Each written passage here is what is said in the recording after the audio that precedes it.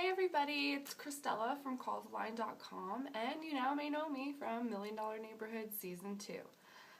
If you guys have been watching the show, we've just had the first episode air, and last night we went to a friend's house who was also on the show to watch it, and I have to say, it was a lot better than I expected. I was really nervous coming into this that I was going to look terrible, I was going to come off as some sort of evil person, or like some slave driver who made everybody just work really hard. They didn't really focus too much on all the things that we did as a marketing team. Actually, the one thing that they did focus on, I wasn't actually involved in. We filmed after the fact. We did do a lip-dub video. It was to a song like Carly Rae Jepsen's Call Me Maybe, and I can show you guys, I'll link to that in the description. It was super fun to do. It was weird because a lot of us didn't know each other and we had to kind of get together and do all this stuff.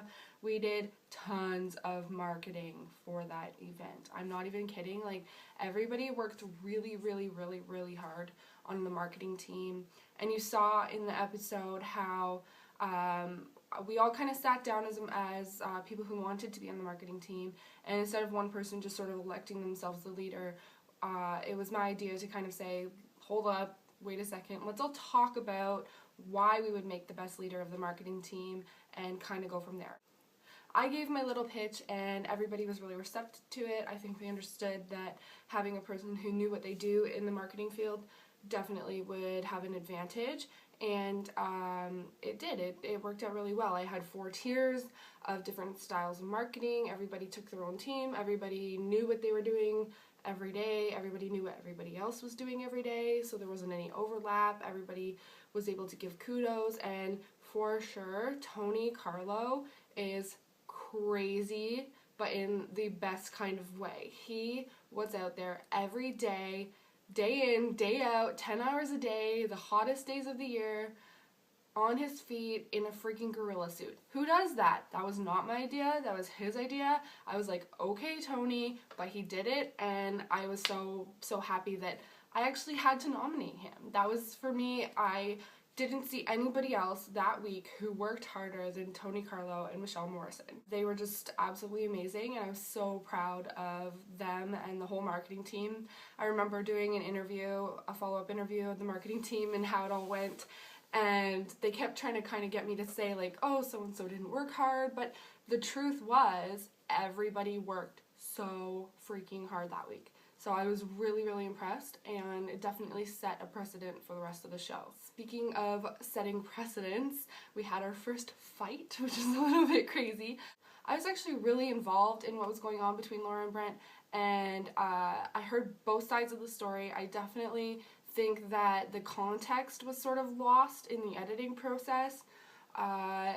It wasn't that Brent was upset about not being a leader or anything like that. I think that both of them just wanted it to go off so well, and both of them had really different ideas about what meant success, and they both really wanted to just deploy those things, and unfortunately their personalities just clashed right from the get-go. There was some things that were interesting because there's stuff that was filmed later that they used in that episode.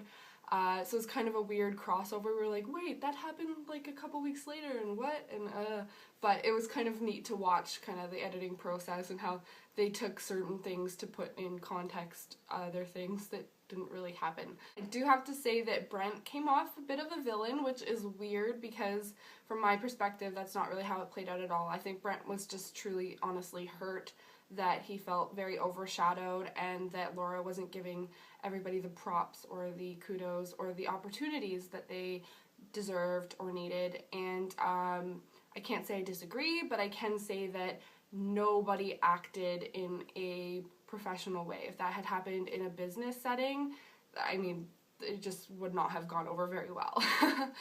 I do think that Laura and Brent solved their issues after that episode, so I think we'll see that next week, hopefully. In the end, it all really got pulled off.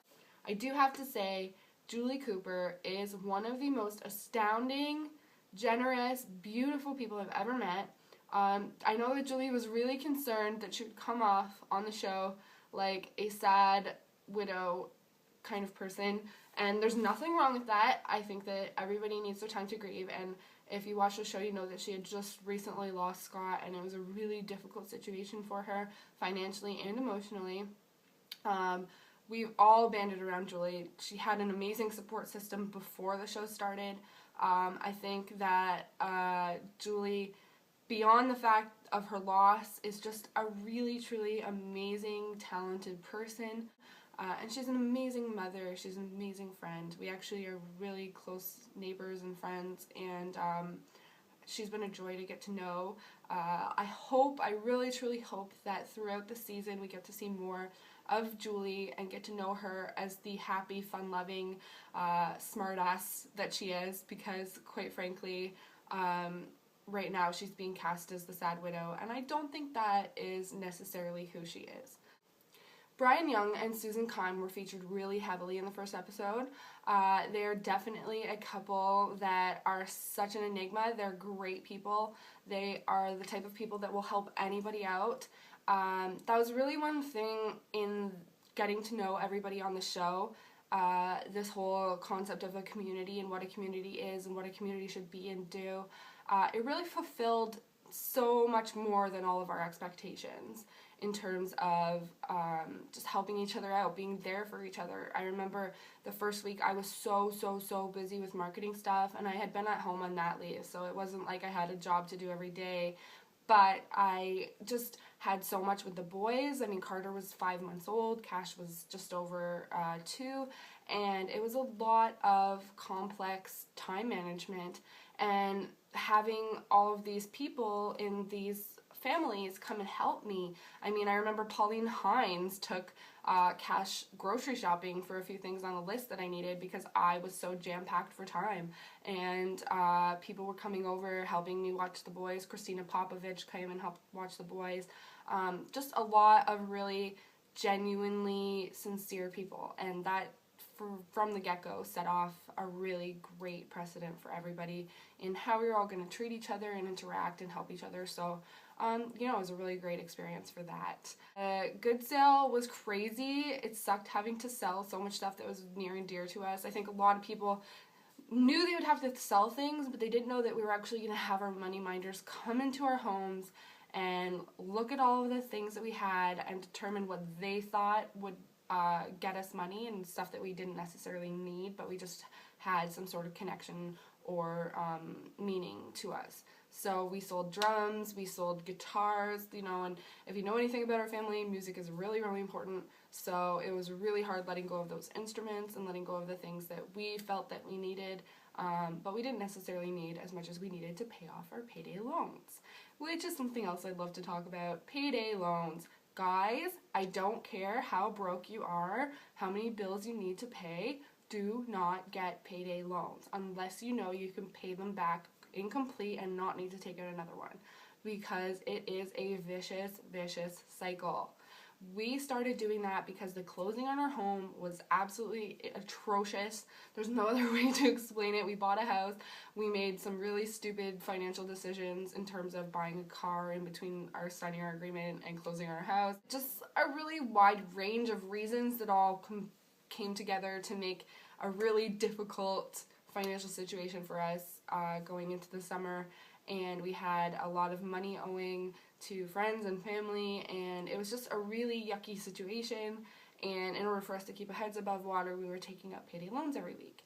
And actually, Colin and I had agreed not to talk about the payday loan situation on television because we felt it was too personal, something we had not talked about to anybody, our friends or our family. Nobody knew. And kind of at the last minute in the interview with Preet, I kind of like verbal diarrheaed it all over the place, and Colin was not very happy with me, but I kind of looked at him and I said, listen, if we're going to do this show, we have to be completely honest. We have to be honest with ourselves, and we have to be honest that we're not in a good situation, and a lot of people go through this, and maybe we can help someone, and maybe we can help ourselves. So that's what we did, and because of the good sale and because of the money that we made selling all of our stuff that we didn't really need, we were able to pay off our payday loan and not take out another one, and we haven't had one since. So I'm really happy to say that that was a great experience for us, and Preet really helped us with that situation. If there's anything else from the show, I would have to say Karen and Paul Harris are the most adorable couple with the best children I've ever met in my life. Their daughter Emma babysits my kids all the time. They are the most genuine, sincere people. They would give the shirt off of their backs if that's what they thought someone needed.